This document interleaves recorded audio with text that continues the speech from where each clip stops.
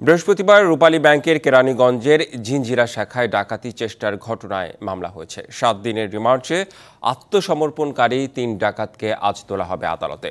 ডাকাতি চেষ্টার ঘটনার পর এখনও আতঙ্কে এলাকাবাসী। এই মুহূর্তে ঘটনাস্থলে আছেন রিপোর্টার লিটন মাহমুদ। সরাসরি যুক্ত হচ্ছেন তিনি আমাদের সাথে। লিটন মাহমুদ, টান উত্তেজনা গতকালকে থেকে সবাই আসলে উৎসুক এই ঘটনার বিস্তারিত জানতে। আমরা জেনেছিও, এখন আসলে এই যে আত্মসমর্পণ করা 3 ডাকাতকে কখন হাজির করা হবে এই বিষয়ে কি তথ্য রয়েছে আপনার কাছে?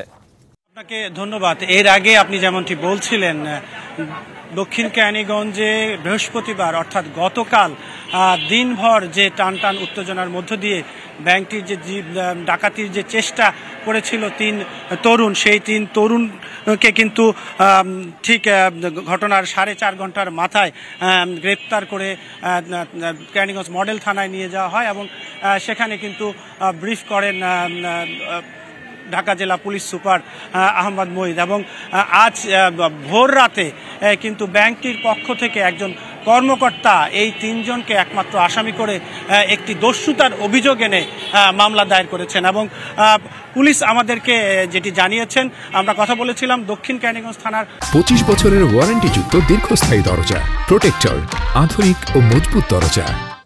ভারপ্রাপ্ত কর্মকর্তার সঙ্গে তিনি যেটি বলছেন যে যেহেতু এটি একটি হচ্ছে গিয়ে চাঞ্চল্যকর ঘটনা, সেজন্য তারা এর নেপথ্যে কেউ রয়েছে কিনা অথবা এর মাস্টার মাইন্ড কেউ রয়েছে কিনা, এই যে 2 জন কিশোর এবং একজন যুবক, তাদেরকে অন্য কোনো কেউ প্রভাবিত করে এই ঘটনা ঘটিয়েছেন কিনা, এই সকল বিষয়ে জানবার জন্যেই তারা আসলে তাদের 3 জনকেই 7 দিনের রিমান্ড চেয়ে আদালতে তুলবেন।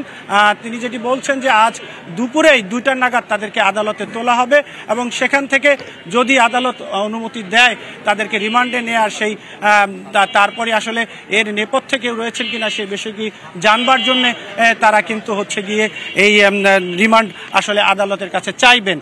আরেকটি বিষয় আপনার মাধ্যমে জানিয়ে রাখতে চাই, সেটি হচ্ছে যে এই যে ঘটনাস্থল যেখানে রূপালী ব্যাংক দক্ষিণ কেরানীগঞ্জের চুনকুটিয়া এলাকা, সেই রূপালী ব্যাংকের যে এলাকায় কিন্তু এখনও আতঙ্ক বিরাজ করছে। আমরা কথা বলেছিলাম স্থানীয়দের সঙ্গে, যারা গতকাল প্রত্যক্ষদর্শী ছিলেন তাদের সঙ্গে।